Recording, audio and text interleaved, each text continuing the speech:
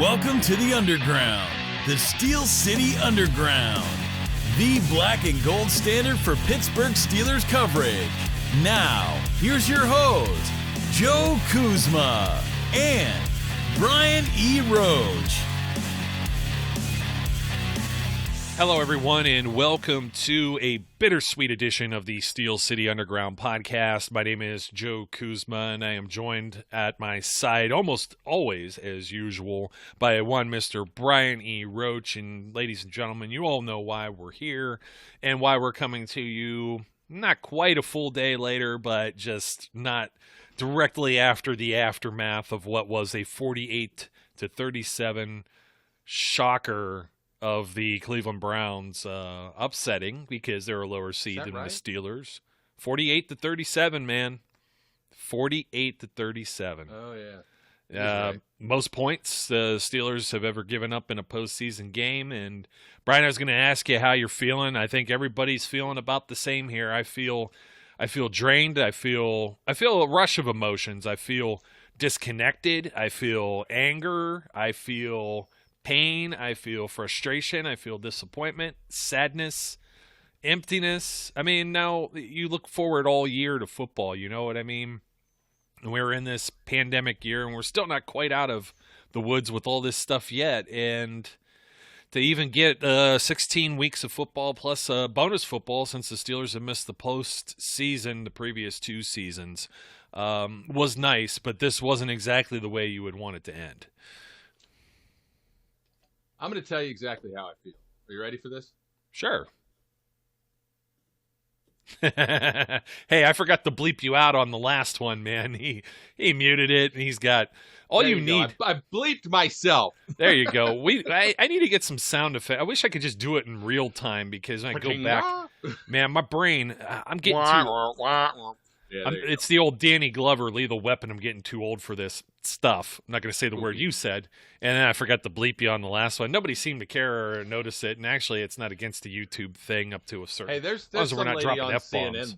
Yeah, there's some lady on CNN that apparently really likes to say that word now. Because every couple days she seems to say it. And, well, I guess on the Nickelodeon broadcast, what was it? The Bears and the... Buccaneers? Was it the Buccaneers? Yeah. No, Saints. Bears and Saints. And I guess live mics on the sideline, and they caught a player with an F-bomb there. And you don't have you don't have crowd noise to drown this stuff out. So I understand we've got a whole lot of things to cover here. I doubt we're going to cover this whole entire game piece by piece, but we've got some stuff here. And why would we want to? Relive the whole thing. Why not? And there's some storylines here. We can't possibly cover all of them. I know someone's going to jump in the comments and say, what about Big Ben's future? And it's like, well, some of these things are going to lend themselves to be their own topic. And of course, I imagine there's going to be a lot of not necessarily exit interviews, but end of season press conference stuff throughout the week where you're going to catch some more comments from any of the players. All being done via Zoom because they sent everybody home because somebody tested positive for COVID. We don't know who yet. Yeah, and if anything, I feel for Joe Hayden, who missed not just one but two games against his former team here in back-to-back weeks. And I guess that's there's a couple of good places to start here. Let's just talk about me. And I said feeling disconnected after the. You open up, the game starts, Steelers offense gets the ball first. I'm pretty amped up. I'm charged. I want to see what they're going to do. Just please don't go 3 and out. So they didn't. They went 1 and out and gave up 7 points on a high snap, of which why aren't guys falling on grenades? Was it Cam Newton I was criticizing about this before in the Super Bowl? And wasn't there a bad snap to Peyton Manning in the one Super Bowl too? And this you immediately get that sinking feeling when you've seen it on a bigger stage, and this is a postseason, playoffs, whatever you might want to think or say about the Cleveland Browns. And I think and say a lot of things, and I'm just gonna, I'm gonna take my L. I'm gonna preface this by saying none of these things I'm saying is excusable for this loss and how sloppy this was, but there are some real key contributors to this, and this first play right out the gate set the tone much in the same way when the Steelers beat the snot out of the Browns back in October. Yeah, it was right before my birthday with Minka Fitzpatrick on his pick six and stuff like that. These things will swing the momentum as you will. Well, and I just couldn't figure out why. Like, just dive on the ball, live to fight another down. Did you get that sense? Like Ben. They both looked at it like which one. It was James Conner and Ben are back there, and both of them are looking at each other like, well, are you going to do it or am I going to do it? And then by the time one of them decides to do it, somebody else has dived in. Maybe they thought, okay, I'm not going to get it, and it's not going to be down there, and they're going to move me, and it's going to be a safety. Hell, I'd rather taken a safety at that point. Yeah. You got to cover that. That's the first. I mean, look, stuff happens, and that's maybe they're just sitting there. They're like every one of us going, "What the bleepity bleep bleep bleep is going on?" It was. I don't want to call it an omen, but man, I'll tell you. Well, we'll talk about it as it goes on. There's two key areas here where I feel like the game was really lost. This is one of them, but I mean. There's another area where I think might have changed the trajectory of the game, which I think you may agree with me on later on as we get to it. But you can't spot a team 28 points in the first damn quarter. Not even 14 or 21 to that matter. And as it keeps climbing, and I understand teams have game scripts, and you're talking about the first half. I'm still feeling okay to a certain degree. You dug yourself a hole you don't want to be in, and this allows. The Browns don't have to take risks. They don't have to be aggressive. And for most of the part, as that score continued to climb to multiple possessions, the Steelers got behind. This is the reason, in my opinion, the defense was largely ineffective. A lot of people want to talk about not getting to Baker Mayfield or whatever. They had 28 points, and he'd only thrown, I think, 6 passes. At that point, he was 5 of 6 or 6 of 8 or something of that nature. He didn't throw. They had like no yards to even discuss. I understand, the second one was a 40-yard pass to Jarvis Landry, and you had some guys playing soft, not making tackles, blown assignment, whatever the heck may be the case. I know you got linebackers in coverage on certain things, and we'll try and explain that one away a little bit from what I thought I saw on it, and there's people we're going to be talking about scapegoats. So let's go through this before we get to scapegoats, because there's a lot of people on the chopping block here, including Ben and including Marquise Pouncey, and a lot of times both linked together. An image that'll forever be burned in your brain is them going to the bench as everyone else leaves the field, sitting and talking. They've been bros forever. And they've been linked, separated at the hip, I guess, as you would say, the Siamese twins type deal, where we've heard many times if one walks, the other walks, and you're getting close to that end of the tunnel. I mean, Ben's 38, obviously. When we started this season, all of this discussion was whether or not he could come back. And then we saw not only was he a comeback player, he was even in an MVP discussion for a while. And then the offense turned into a pumpkin, and, we gave some passes to Ben and some other things that were going on there. And then all of a sudden it looked like they might come back alive. You had all the Steelers backups, not all of them, but you had a significant amount of players who sat or were ruled out last week. And you saw what Mason Rudolph did, and we sat on this show, and then remember what I said is the same thing. Having Orlando Scandrick here with the Cowboys, having Fred Smoot here with the Washington football team as guests, not to name drop, but just simply because, Fred thought it was the matchup. I didn't like that matchup. That's the game they end up losing the first one, but you rewind there to the Cowboys giving them some problems. And you're wondering about rest and breaks during the season, and I think that's the thing that really eventually caught up, even though they did get some rest. We know that this team can be lethargic coming off a bye. We saw it several years ago against the Jacksonville Jaguars in that playoff game that still doesn't sit well with me, and boy, it was hella cold. And there's just like a lot of shameful and stupid things here. One of them, I think, is there was no real home field advantage. You didn't have fans. That kind of stinks. It reeks, in my opinion. I guess there's whatever acceptable risk levels that everyone who makes these decisions, leave that as it may. But you get other teams that had some fans like Buffalo or Tennessee and things of that nature, and maybe a little bit more of an advantage. And what kind of advantage if they actually would have started this the same way would there have been? He probably would have been booed off the field. Maybe it would have at least lit a fire under their ass in certain circumstances, or you got a little bit of crowd noise for a false start or something, you know what I mean? But that's one thing that really came to me. But when you're spotting these teams, when you're spotting the Browns' points and field position in the way that they did, let's talk about this. This is they got the ball off an interception.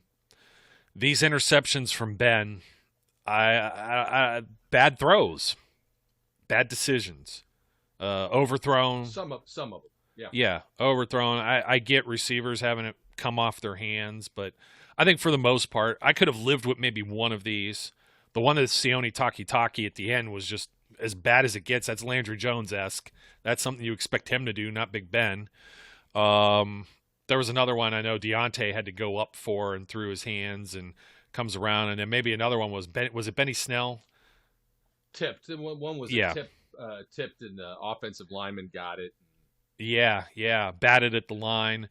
A shame because Roethlisberger, if you were to go in and say, let's rewind, we don't know the final score of this game. Brian, we're going back to, I don't know, Thursday, Friday, whenever we did the pregame, and you're like, Steelers offense is going to come out, score 37 points behind Ben Roethlisberger, completing 69.1% of his passes for 501 yards and 4 touchdowns.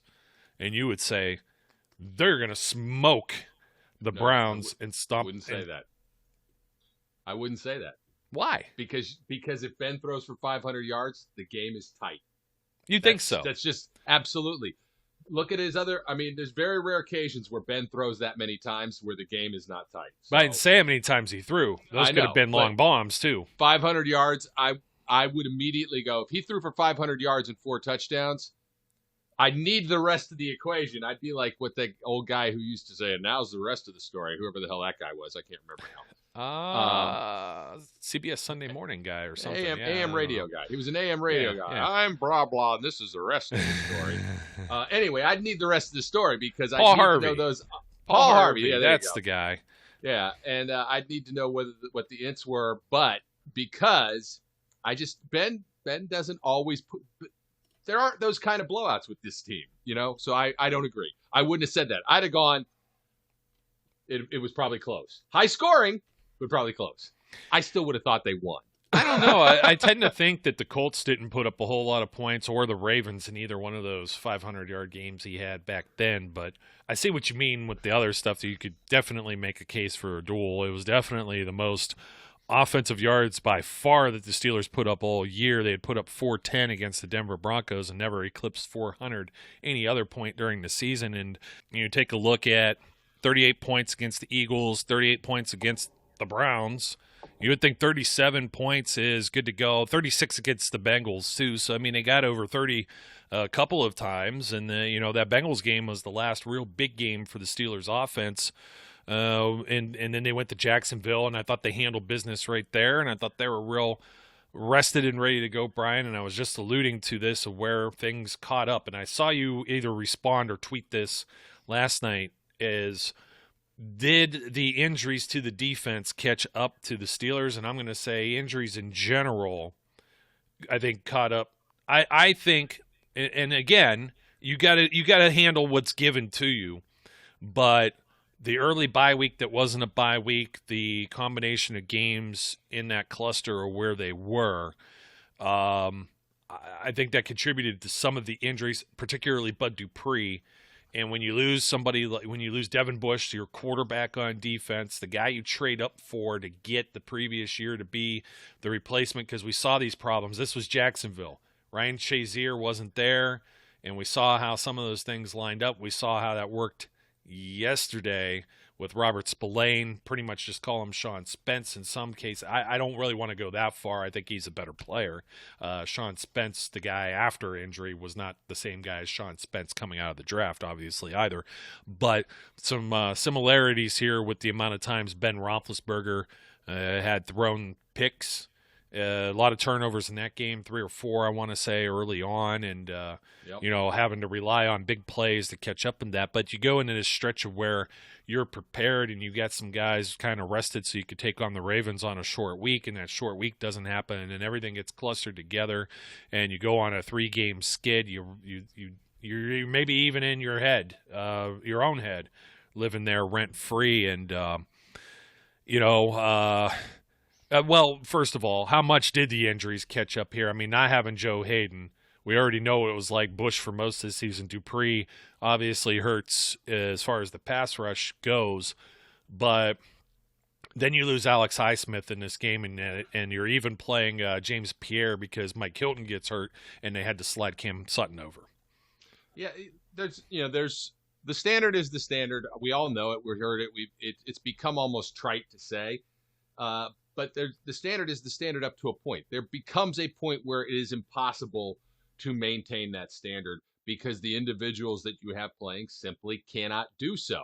And that's where you get to when you're depending on, and this is no disrespect to these guys, but when you're depending on Cassius Marsh to be your outside linebacker, and he's undersized to be in that position, he's not going to be able to hold the edge. Doesn't matter if the guy in front of him is a 3rd and 4th string left tackle. He's playing out of position to begin with. And then you, on top of that, it hasn't been with the team, but like a month. A month.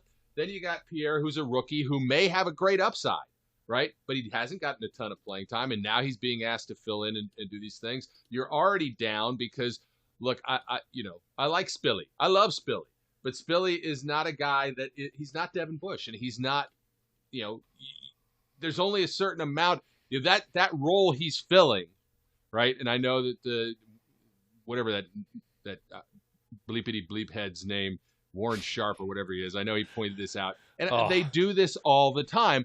That's why you need a Devin Bush. He can cover those routes, whereas Spillane can't. You can't just decide, well, we're going to completely alter our defensive philosophy because we don't have these players in a week or 2 weeks or even half a season. It's not that simple because that's what everybody else knows to do. That's how the defense is put together. That being said, the defense did not play well. Well, and I think his example and Sharp's example too was very similar. I think that was like John Bostic covering somebody in coverage. This wasn't like wide receiver, Mark Barron, who was, maybe not the best of it, but was like a safety at one point and maybe more of a hybrid type player. Yeah, you don't have the side to side. You don't have the Shazier or Bush in those spots, and I'm sure we've seen him cover before. We've seen Watt cover guys before, like Jordy Nelson. You know what I mean? Yeah. And it's not what you want to see, but let me jump to that real quick, because that exact play was the Browns said it's like 3rd and 2. They've been running the ball. They've been attacking Marsh all night long. They're running to the left side directly at him. Can you blame them? No. The shark smells blood in the water. Let me see here. Hold on. I'm going to pull up how many snaps Marsh played. 46 snaps out of 67, 69%. Usually we would say nice. That's not something I want to see. Not nice. You're a coach, and you're dealing with, you're looking at the position group that comes in. 3 tight end set. Who are you sending out there? I mean, Spilly to me is another Vince Williams. He's a thumper. He's a run stopper. Yep. He's not a Bush. He's not a Shazier. Okay? You're sending the guys out there to stop the run. And all of a sudden, they empty it out. So now what do? Are you just going to sit there in like a 3-4 base? Or I don't even think it was a nickel. They said it was 4 DBs on the field because you had both inside linebackers, Spillane and Vince Williams, on the field at the same time. And I understand Terrell Edmonds gets up on one guy. I think Harrison Bryant. I think Steven Nelson was down on the end. Maybe Njoku, one of those 2 guys. Hooper. They had all 3 of them in there, I believe. I think Harrison Bryant was in there. I remember he was on the COVID list. They have yet another guy that they had called up, and he's in that mix too. So forgive my ignorance if I'm drawing a blank, but it was 3 tight ends and Jarvis Landry, and they put Jarvis Landry in the slot. And there's talk of, I think Kareem Hunt went all the way to the top of your TV screen, and you've got Cam Sutton on Kareem Hunt, why not flip Mm-hmm. the linebacker or whatever? I don't have an answer for that. I'm just telling you the way it goes when they unfolded and came out of that formation and all of a sudden spread it out. As a defense, you're going, like, what do? You don't have the proper personnel in there to maybe guard that, and kind of surprising we haven't seen it more. Timeouts. Yeah, you can't just go timeout. Well, not when you're down like whatever they were at that point. You at least need 2 to store scores. that stuff. Yeah, you can't just go okay. And then in that case would be if you're only down a touchdown, or I don't even think 10 points. Maybe even at that point, I'd have to go back and look. It could have been close there. We'll find it, Brian. But that's exactly it. Like, are you going to burn a timeout there? Let me see. I got the clip, and I'm looking at it right now. So this was in the fourth quarter. Oh, just at the turn of the fourth quarter, 3rd and 2. Steelers are down 35-23. You're down 12 points. Can you afford the timeout there? Is that bad coaching? I don't know, man. I don't know what you do, because then you're always going to second guess this, because then the other half of this is you call the timeout and you still don't stop them.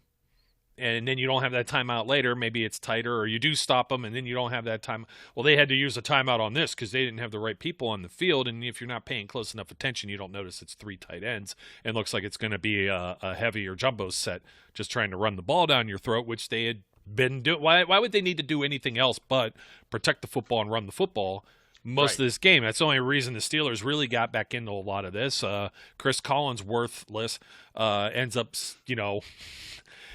Browns fans were annoyed with him, and rightfully so. The Steelers are down like 28-0, and they finally like score or whatever, and it's like, oh, here come the Steelers crawling back in this, and even I rolled my eyes at that, and I'm like, wait a minute, they're not crawling back into anything yet. Let's score a little bit more here, and then we could say they're in this game whatsoever.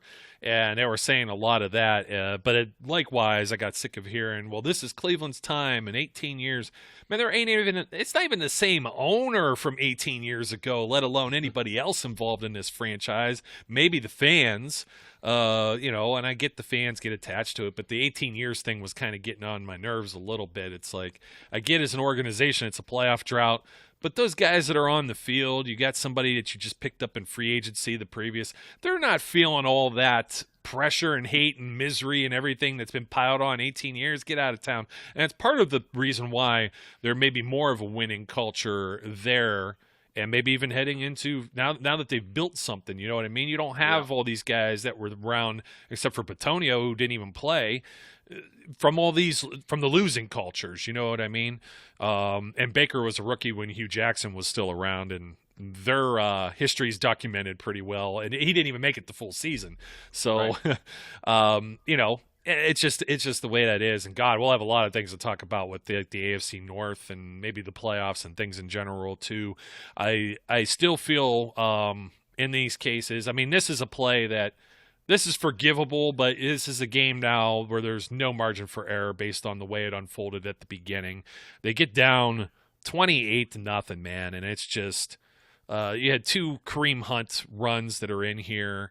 I'm trying to pull up some the drive charts here. So you had the turnover for the touchdown, then you had 3 plays, 46 yards, 6 plays, 65 yards, and 3 plays, 15 yards. Cleveland has started their possessions on the Pittsburgh 46, their own 35, and then the Steelers 15. That middle possession was the one where it was like, this feels very game scriptish, but it's if you don't give them the ball at the middle of the field where they're at least, well, I'm not going to say Cody Parkey. I still thought maybe there was a chance he misses an extra point or something in this game, but, wishful thinking, of course. They scored 3 touchdowns on their first 3 possessions, and the gifted 7 points, 15 seconds or so in because nobody dives on the ball. And I'm thinking James Conner doesn't dive because, hey, Ben's got a gimpy knee. I don't want to hurt him and dive into him. And Ben is like, I got a gimpy knee. I can't get down here and get this. Will you grab it for me? It's like my grandma or somebody's like, can you reach that? I'm old and my back hurts. And it sucks, man. It's terrible. I mean, look, you tried to have the most positive outlook you could after that first quarter, and it was not easy to do. I went into this and I said in the pregame podcast, this is not a bad team that they're playing. The Browns are not a bad team. Are they this good? No, they're not this good either. Was this a team that you should have been terrified of? No.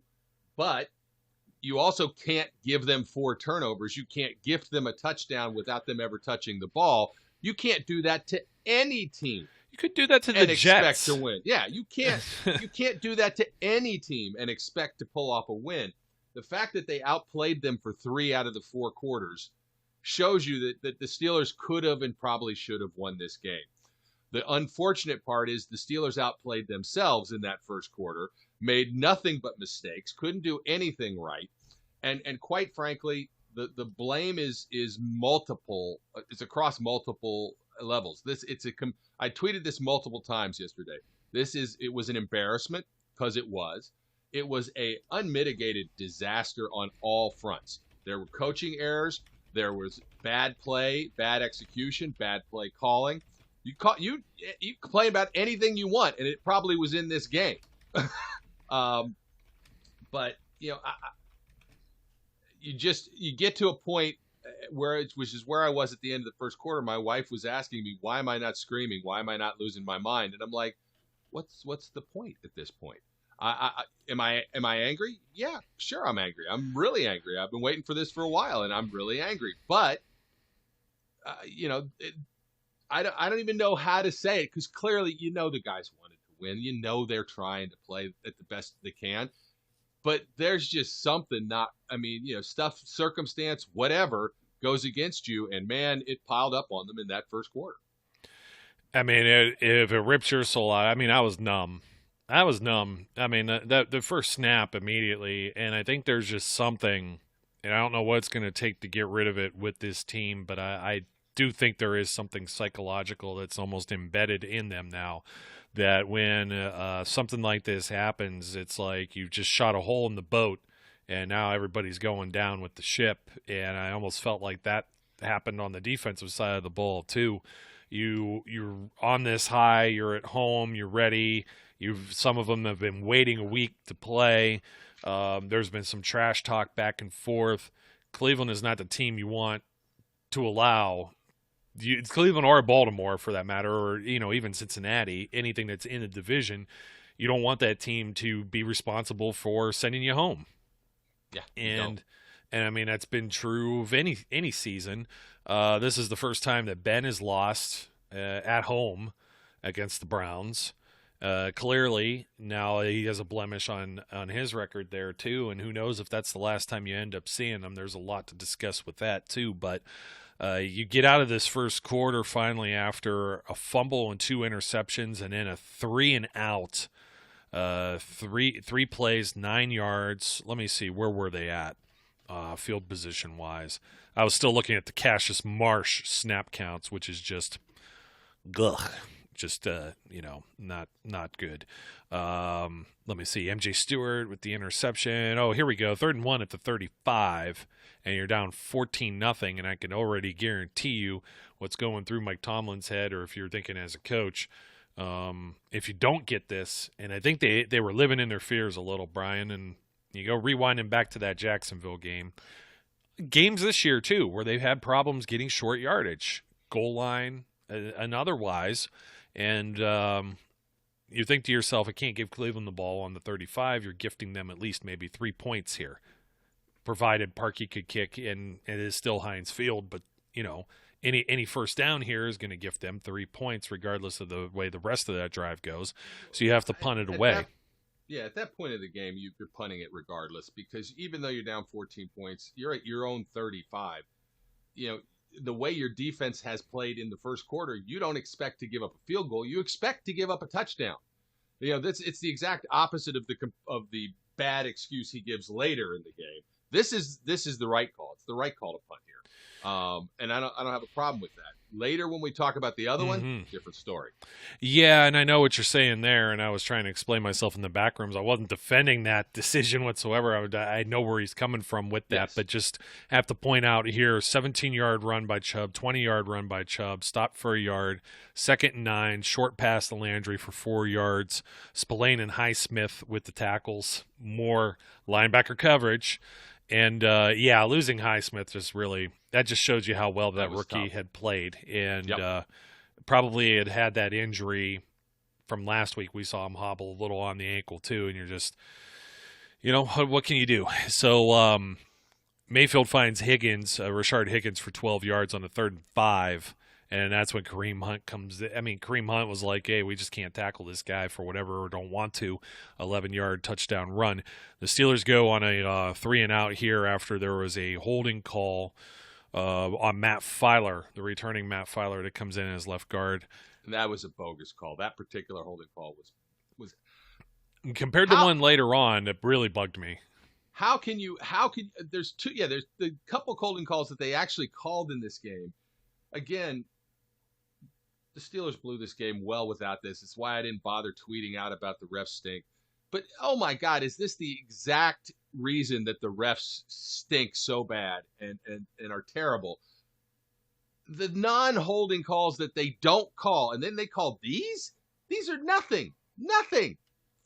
Just frustrating. And again, I'm not making excuses. This didn't cost them anything, right? It wasn't the game. Nothing to do with that. It's I hate the fact that they stink so bad. Not exactly totally true, because it does dictate now your play calling, because now you go 1st and 20 and it's an incomplete pass. And then Ben throws a pick on the very next one on 2nd and 20, trying to go down the field for Deontay Johnson on the one that scoots over, almost over his head through his hands and to Sheldrick Redwine of all people. There's no reason, and I'm not going to say there isn't any reason they couldn't have thrown all over the secondary. They did, he did, but it's the turnovers once again. And 1st and 10 for the Browns from the Steelers 15.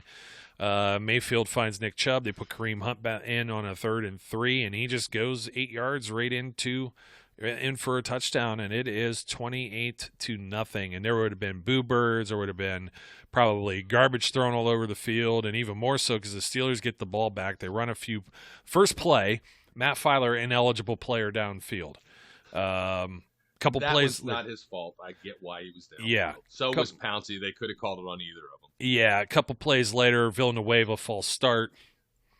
And you're just like, can they get anything going here? And this ends up all the way to the Cleveland 38, and it's 2nd and 9, incomplete. First he has a short pass to Claypool that goes a yard after you get a couple chunks here or there. Then incomplete to Eric Ebron, incomplete to James Washington, and Jordan Berry punts a ball 28 yards. That's a mistake.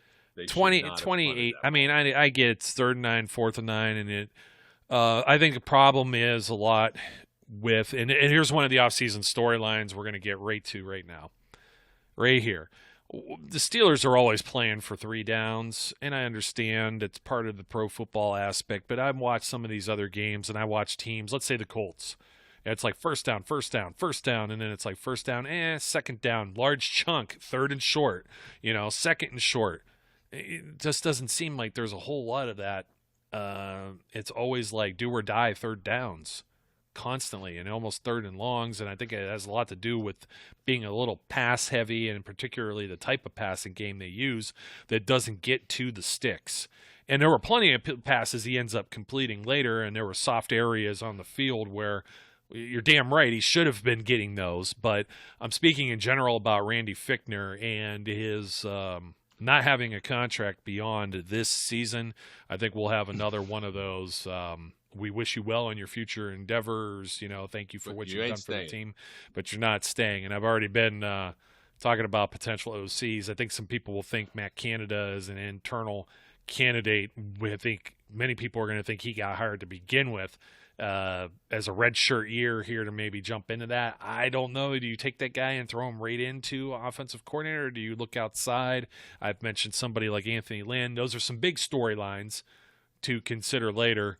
But there definitely needs to be some sort of change, and it's going to be interesting to see what all your personnel is with that as well, with some of the free agents. And man, there was something that was said too. I think it was Al Michaels, Collinsworth, whatever, about this team has a lot of free agents, but a lot of them don't really play or amount to a whole lot either. I get that, there's Juju and Connor and Sutton Hilton, these are your big ones here. But when it comes to guys like Sean Davis, Josh Dobbs, and I'm sorry, folks, that's just the reality of the business here. You're not going, if you're going to be cash strapped, you're not going to pay Josh Dobbs more than you did this year to bring him back next year, when you're going to be counting pennies and pinching pennies and looking in the sofa for some loose change. So a lot of people were upset about, man, what was that, the clickbait thing that just came up, Josh Dobbs inactive? And it's like, you think they're going to pull Ben off the field? They haven't had 3 active quarterbacks in forever. The only reason,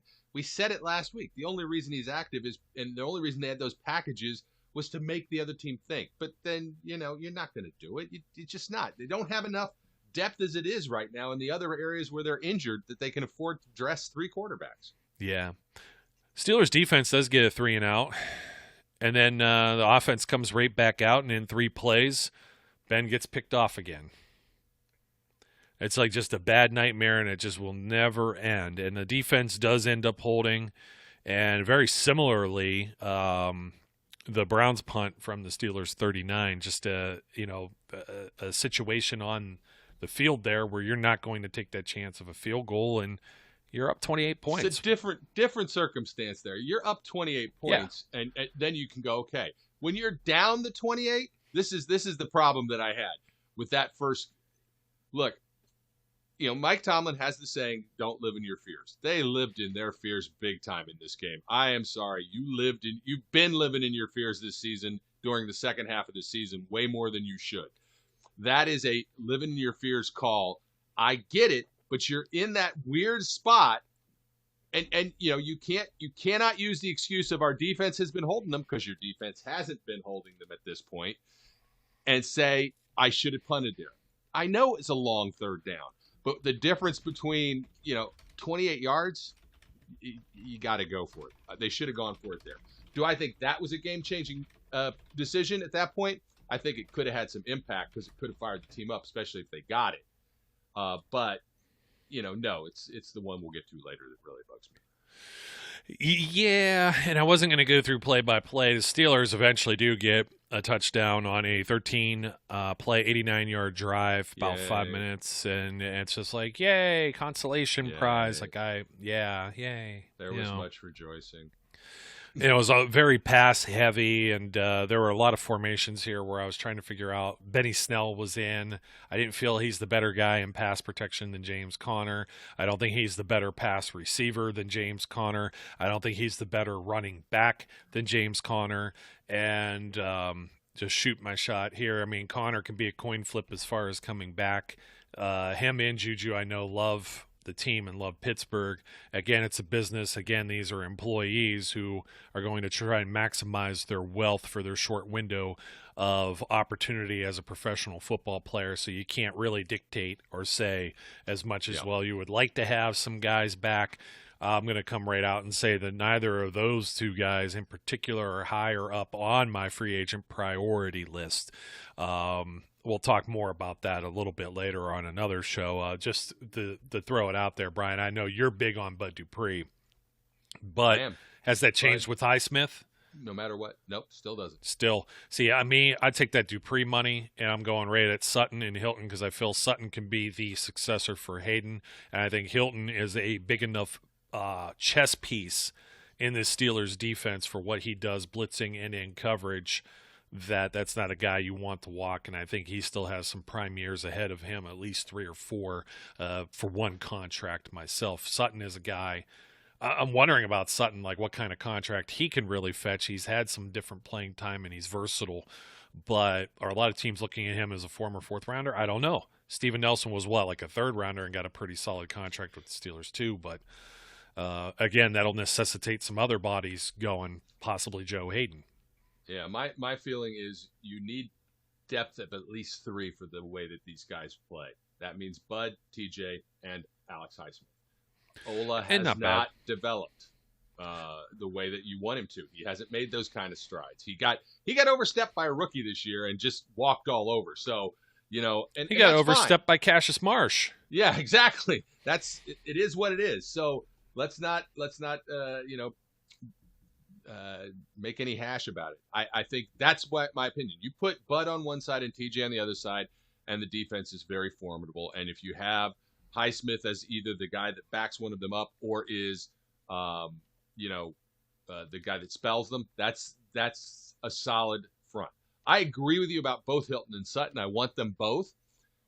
I don't know. I don't know if they can get Hilton back. I wonder. Don't know. I've speculated as to whether or not Marcus Allen, I don't know that he has necessarily the same exact skill set, but we've seen him play on the interior of that defense and passing down situations out of necessity, and they had moved him to an inside linebacker / dime backer role, so that's yet another body that maybe could step up and had impressed me over this period of time, which also makes me wonder about the rust of, you're getting Spillane back and you're excited, but he hadn't played 3-4 weeks. You had guys like Allen in that were fresh and had been ingrained in the defense, even Avery Williamson for that matter. So the Browns end up, they respond, and now it's 35-7, and they had an opportunity to get out here on a 3rd and 6 where Baker Mayfield dives for the sticks, and it's kind of a heartbreaker there. But the Steelers do get the ball back, and in fact, the Steelers, I think, was this the one where they took the timeout right out the gate, and they got him to the 3rd and 6 and then didn't stop him. And then this leads to a touchdown drive for the Browns, unfortunately, with the circumstance. They had all their timeouts anyway, and they ended up using them on this drive.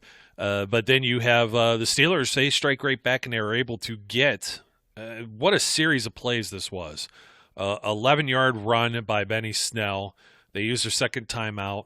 Incomplete pass with Ben, but he goes right back to Deontay Johnson, 11 yards. Another timeout, and then a short left to Chase Claypool that should have never been open, gaining a significant chunk of 15 yards to allow Chris Boswell to kick a 49-yard field goal that I think on TV said it would have been good for 63 or 64. So that was pretty cool. You go into halftime, it's 35-10. You're down 25 points. You would feel a heck of a lot better, though, if they would have been able to get the ball to start that half. The Browns chew about, 3.5, almost 4 minutes off the clock. And the Steelers do end up getting them to punt. They get the ball back on their own 16. This play goes pretty quick, 3 minutes, 45 seconds, 8 plays, 84 yards, 35-16 because they go for 2 here. And I didn't have a problem with going for 2. In fact, I felt they could go for it twice because when I'm looking at this and you're down 25 points, okay, you just scored, and now you're down, 19? You still need 3 touchdowns, so you've got 2 gimmies here. Kicking an extra point is really not doing you much of anything. If you get the 2-pointer, it would have been 3 two-point tries, do or die, perfectly. So I'm thinking of some scenario where they could score some touchdowns and maybe get this to the end of regulation where the clock is going down, and maybe you have another one of these situations like the end of the first half with Boswell kicking a long one for a game winner. Still possible. I'm going to tell you, though, I had no hope. I had no entitlement or anything at this point to this. For me, even as a fan, I felt the game was already lost. He gets that touchdown pass to Ebron. Sometimes it pops in my head like, well, he caught that one. He caught the hard one. You know what I mean? I don't know what the deal is. I don't know if this has anything to do with some chemistry of a COVID season or anything of that nature. I don't know how much of an impact that plays on everything that was going on. Obviously, for the Browns, it didn't matter because they didn't practice at all, and there's still going to be some things that are discussed here. So let's jump down here because we have, let me see. The Steelers end up scoring again. Juju Smith-Schuster, 4th down and 5. I mean, they had 3 straight shots before that from the 5 that Ben and missed all of them. You're not feeling very comfortable that's going to get done. You still can't believe that Juju caught the ball and he had it like all the way up here by his shoulder and holding on to it. And you're just like, by the skin of your teeth, you know what I mean? You jokers have no business even being in this game. 35-23 after the extra point. 12 points difference. The Steelers defense forces a 3-and-out. Now it's getting interesting because they get the ball with, let me see, there was still 1.5 minutes left in this third quarter. That drive was only 3 minutes and 25 seconds. I'd actually texted my cousin and said, do you think they could score in under 4 minutes and then get the ball back before the end of the third quarter? And lo and behold, that's what they did. And I said, that's what they got to do. You got it here. And 4th and 1 from their 46, and they punt. Not only do they punt, they go out there like they're maybe going to fake, Try and play some head games. Take a delay a game instead of taking a timeout. Okay, you can bury some more room. It don't freaking matter. This ball still goes 59 yards in the end zone. Close though. I see what they were trying to think. I'm like, what is Mike Tomlin thinking? Mike Tomlin's thinking, maybe my defense can create a splash play. Maybe we make the Browns a little uneasy here. Maybe we get good field position back. But to me, letting the Browns even run 3 plays and get maybe 2 minutes off of this clock was not worth the risk of this gamble at this point. No, this is the second point where the game was lost, in my mind.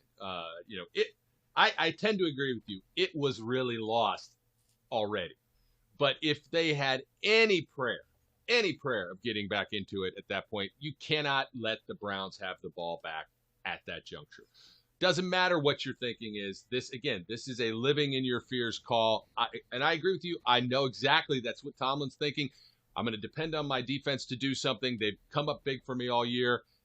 The minute these guys take their foot off the gas, and that's what that's doing. That's easing back and being conservative. You can't afford to do that in a game like this. That was a massive, massive mistake in my mind. Even if you don't get it, right? What's the difference? You still lost, right? You don't get it and you're setting them up. You're losing anyway. You get it, you give yourself just that chance, and maybe the team gets just that more sparked and just that more psyched. So, I mean, this is an example where I said it's not just bad execution by Ben and bad play by Pouncey on snaps and the defense not coming up big when they should have. It's coaching letdowns as well, and this was a coaching letdown. And while I'm not, well, we'll talk about it probably in a later podcast because we can't cover everything here. No, we can't. But he's living in the Jaguars' fears. He's living in the James Conner barely getting that 1 yard earlier fears. Yeah. Just not the right move in my mind. And to me, once that happened, you gave the Browns life again. Well, yeah, they did because they score 6 plays, 80 yards. Short pass, Nick Chubb goes 40 yards, 2 minutes and 20 seconds instead of the Steelers maybe converting on 4th down and it being 35-30 with 12 and a half minutes to go in the game. Now you're talking, you score and you get a touchdown next, and now you're in the lead. First time and ever, and potentially with a chance to flip the script and control the game and the way the game's flowing. Instead, the way you controlled it was you gave it to the Browns, and then the Browns, 3rd and 2, found Jarvis Landry, 17 yards. That's the play we talked about with the 3 tight ends, and that's the one that broke the Camel's back. But still, minute and 24 seconds, 4 plays, 76 yards. Roethlisberger deep to Chase Claypool. I can't even remember these big plays. These are things that you would think there might be some type of highlight or whatever. I was still pretty numb at this point, especially following the 4th and 1. I hate to talk about my team like that, Brian, but is what it is. Steelers really couldn't do much of anything else. And again, that's a short break. Even though they score, it's a short break for the defense there, a minute and 24 drive, 3:52 elapsed for a breather. The Browns really stick it to them and chew off 6 minutes, 40 seconds on the clock with a 24-yard Cody Parkey field goal from the Steelers 6. And then Ben ends up throwing the ill-fated interception there, and Parkey puts even more distance out and pretty much seals the deal now. They only ran the 3 plays. They had the ball from the Steelers' 25. He ends up kicking from the 19, 37 yards, converting for 48-29. Yeah, the Steelers come back. Another very impressive 8 plays, 77 yards. Not only the touchdown, 2-point conversion complete. Finally finds James Conner somewhere on the field for that, but it's too little too late with a minute and 13 left. The onside kick, no good. Nobody's converting onside kicks, so pretty much they need to do the XFL one where you try like a fourth and 17 or whatever. That's the only way you're going to get any competitive balance back on the onside kicks. I had no hope for that. And the Browns embarrassed the Steelers the Steelers embarrassed the Steelers, and the Browns helped pile on. So, the main entree, the main course there, your ice cream is the black and gold, and you got a little bit of the Baker sprinkles and Garrett sprinkles and the whipped cream and everything else. What this is? This is the meme we need. John Lovitz from The Wedding Singer behind the curtain when he says, he's losing his mind, and I'm reaping all the benefits. That's this. This is the Browns behind the curtain going, they're embarrassing themselves, and we're reaping all the benefits. Because that's what happened. Yeah, and we could really get into a longer conversation here on the future of this team, but I'm gonna go. Let's just go quick hit with the scapegoats and get out of this one, since I'm in such a in the dumps for as far as the mood, and I'm exhausted from it. And so, I'm with you. how much of this to blame on Mike Tomlin? I see people saying, fire Tomlin, fire Tomlin, fire Tomlin. He doesn't get these teams prepared. Never good in the playoffs. Let me get this little soapbox right here. Harbaugh finally wins for the first time since 2014 in a postseason game. And that was the only game that he had won in 2014 when the Steelers didn't have Le'Veon Bell. They had Ben Tate that attributed the 2 turnovers at home. First time they had won a postseason game since the playoffs. Somebody's like, well, I never hear that he was going to get fired. Oh, no, most certainly when they drafted Lamar Jackson, they were ready to clean the slate with a new GM, a new quarterback, and a new head coach. Most certainly his seat was about as hot as it can get. Finally gets his win. Sean Payton has only had maybe 2, 3. They're known as a one-and-done type team as well. And, I mean, they haven't been to the Super Bowl since 2009. Was that 2009 or the game was played in 2000? Well, no, I don't want to get confused. 2009 season, I think that was in between the Steelers, I believe, with the Steelers Super Bowl. Anyways, the one that Tomlin won. Who else am I missing here? Well, Belichick had to sit this one out. He didn't have quite the team this year. There's one more in the So there was a team with a potential MVP candidate at quarterback and a coach who has won multiple Super Bowls or has been there a few times, and Pete Carroll. We're talking about Russell Wilson and the Seattle Seahawks, and a team that made trades to try and be the top team, and they're the team. Did they host the playoff game too? I think they won the division, right? Yep. And they lose at home, no fans, same situation there, to a backup quarterback that they knock out, who was playing in place of a guy who had a broken hand, broken thumb, and a screw in his hand. And they lose by 10 there, and there's similar pitchforks and torches on what to do there. And it's just like, this is you can't predict these things. You know what I mean? So I don't put it all on Mike Tomlin. I do put an awful lot of this on Ben. Even the bad snap, fall on the ball. Those are 5 turnovers. I think at least 3 to 4 of them directly towards Ben. That is not Tomlin. That is not preparation. That is an execution thing. And we talked about this. If you don't have a good quarterback, so goes it the way of your quarterback. Yeah, I really believe that blame can be equally laid across the board in this game. You can blame coaches for a lot of things in this game, bad coaching choices, bad decisions. But the truth is, probably the point that they made those bad coaching choices and decisions, the game was out of hand anyway. You can blame Ben for everything in some senses, but you also have to give him credit for bringing the team back as far as he was able to. And some of those, some of those interceptions, some of those plays, some of it has to do with just, for whatever reason, they have never fully gotten in sync this season. The receivers still make. There was a play where you could tell Ben thought Ebron was going to stop, but Ebron decided to keep going, so the ball ends up behind him. Looks like Ben's throwing the ball behind him. Ben didn't throw the ball behind him. Ben threw the ball to where he thought he was going to be, but he wasn't there because he decided to do something different. So just that kind of stuff all over the place. So does Ben share in the blame? Absolutely. Does the defense share in the blame? Absolutely. The defense shares in the blame. They had 4 chances, regardless of the situation, how they got there. They had 4 chances to not get them to 35 points, right? I forget the first 7. That's not on the defense. But the next 28 is, and they didn't do it. If this defense is going to give up 28 points, they're probably not winning that game. Regardless of how how much do you put on the defense based on it wasn't all entirely bad field position for every single one of them, but quite a few of those had their backs against the wall. They still have to hold for field goals. They still got to hold for field goals. If you're going to be a championship caliber defense, you got to get stops on at least 2 out of those 4.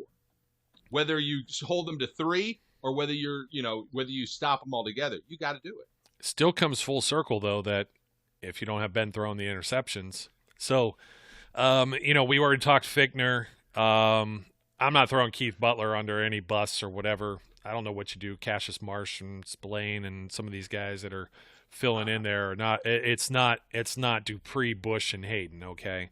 You can question some of Butler's decisions, but I don't think he's a bad coach. I don't think, And again, the Browns are up so many points. They're not giving up opportunity. You can't get splash plays if there's no water.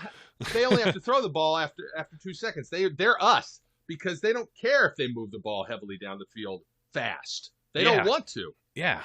It's a totally different type of it changes the way both teams call the game. Yeah, I will say this.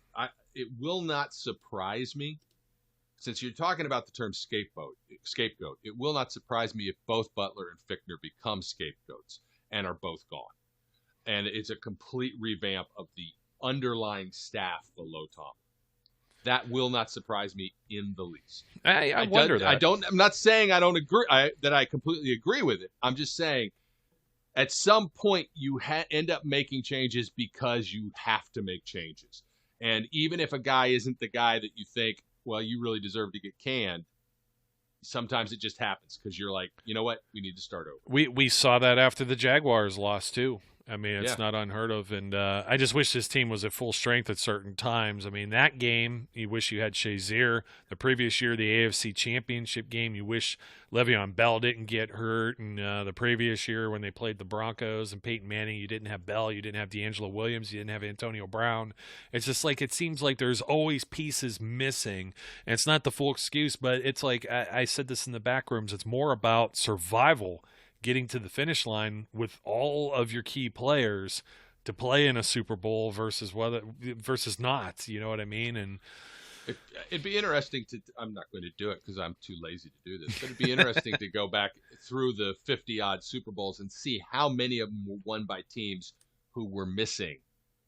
I understand top-tier players. I understand the Eagles had Nick Foles, but it's turning out to be that may have been a better decision than having Carson Wentz. Well, and it may be an exception to the rule. In other words, if it happens once every 55 years, that tells you something. You know what I mean? I'm not saying, look, lightning can strike twice any place, right? I could be wrong once in a rare moon. I'm not, but it could be. Maybe it happened once, but I would venture to say that the vast majority of the teams that make it to the Super Bowl and win the Super Bowl are not missing gigantic components of their team. So you pretty much said both coordinators could be on the chopping block. You think Tomlin? Do you think Tomlin would not be on a chopping? I highly doubt it. I mean, a lesser person could have lost more games, or maybe not even had this team in the postseason. You never know. Or they could have been. You're dealing with what you're dealing with. But the final one, we're going to go right back to Ben. You talk about sweeping changes there. 38 going on 39. He had just had the major surgery in the year off. He had just thrown a bunch of interceptions. 1 year left on his contract. You got a guy waiting potentially in the wings. I know how you feel about Rudolph. This is a huge, larger, encapsulating conversation for another time.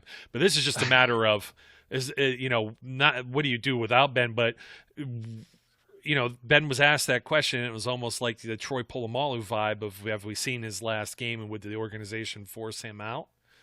Here's what I think is, if Ben plays hardball and says, I need my $45 million, which there's no reason he needs to do that, but if he decides that's what I want, then I think he's gone, whether he wants to be gone or not. If he lets them restructure the deal so that they can free up some cap and move that money down the way when maybe the cap expands and they can absorb that money, and he wants to come back, because again, that'll be the ending question. Does he want to come back again? I think it's certainly indicated that he did, the way that he answered some questions in his press conference. I don't want to say stunned, but I'll be surprised if Ben Roethlisberger's not the quarterback of this team next year. And I think the team should continue to. And of course, with like somebody like Mason, say what you will or whatever, he'll be entering his final year of a contract. I don't think he signs a big deal somewhere else. It's somebody I think you could at least ride with, or if you find another veteran or somebody else to compete, whether it's another draft pick down the road, there's so many different angles to take with this, and we can't cover those all right here. But I don't think it's a panic situation where you jump to quarterback. I think we see where the holes are on this team. We'll talk about some of the free agents that are, potentially not going to return and things of that nature. Far more detail because we have plenty of time to do that now that the Steelers are out of this thing. And all I'm dealing with is those annoying Browns fans. But you know what? They've been actually pretty humble. They were excited about getting in, and for the most part, most of them weren't jerks. There was a couple of them that were, and I'm sure we'll get some more. But, hey, hats off to them. You said it best. It's like any team could have done that. And it's not to downplay their accomplishments because no, they weren't comfortable. Browns fans. No, they're not No. comfortable even with that lead. They know the things that have happened in Cleveland. It's like they're cursed. And, I wasn't even comfortable with that. I'm still thinking, well, maybe there's still a chance, like the old Dumb and Dumber thing there. But we'll see where they go. We'll see what happens with the rest of these games coming up because they get the Chiefs, the Bills get the Ravens, and those are going to be some intriguing games. I'm going to tell you what, even the Chiefs, defending Super Bowl champions on a week break, if you have Patty Mahomes come out there and throw 3 picks or something like that and give them short fields and 21 points, they're going to have a lot of the same struggles as well. I don't care how good their offense is because I feel the Steelers' defense is still better than what the Chiefs were fielding out there. They've got pieces and stuff, but more to talk about at a later time. Brian, thanks, man, and I'm glad to see, neither one of us jumped off a bridge, cliff, etc. Nah, I got lots of time to hike now. There's no rest for the wicked. I don't get a break from this thing. And, we've also talked about that too. So we'll see how our programming goes. We still strive to be coming to you twice a week. And, we think of this stuff now. We're like, geez, we've been covering games since September. And what do we talk about? It's not going to be all, man. It's not all draft. It's Christmas. It's Christmas. It's Professor of Football Christmas time. We still got to finish the college season tonight, my friend. Yes, we do. Go Bucks. Go Bucks. Yeah, we'll see how this goes. So I need this so bad now. For those of us who happen to support the Steelers and the Buckeyes, we're the tweeners, some of the Ohio or Western Pennsylvania. I don't know fans. if this guy's a listener or if he just follows me on Twitter, but James Lawhorn, I think it's Lawhorn. I can't remember, and it's not in front of me, and I'm terrible with names, but I know his first name's James. James, I know you're a Bama fan. I hope you're just as miserable as you were last night tonight. Well, on the other half of that, you got a bunch of Browns fans or Ohio State's fans, and they're just looking for the double up here on their happiness. But at least that game's positioned to either make us more miserable or at least make them forget about the whole Steelers thing here, forget about us. So, folks, his name's Brian, my name's Joe. We're up against it, so don't forget to like, comment, subscribe, complain, keep it clean, stay classy. I'm talking to you, whoever's still left here at the tail end here. Oh, and wait, we forgot. Well, what? We got people who gave names for the people who hang around. Oh yeah, let's do that the next time. We'll take a few more. Okay. We'll take a few more. We're up against it. I can't remember what you wrote. Grown Ass Man Club. Yeah, that was one of them, but there was a better one actually. I think there was. You know my brain. So anyways, we encourage you out there to submit those names and also be safe and be good in doing so, and we'll catch you later. We would like to thank you for listening and remind our listeners to follow us on social media and our website, www.steelcityunderground.com.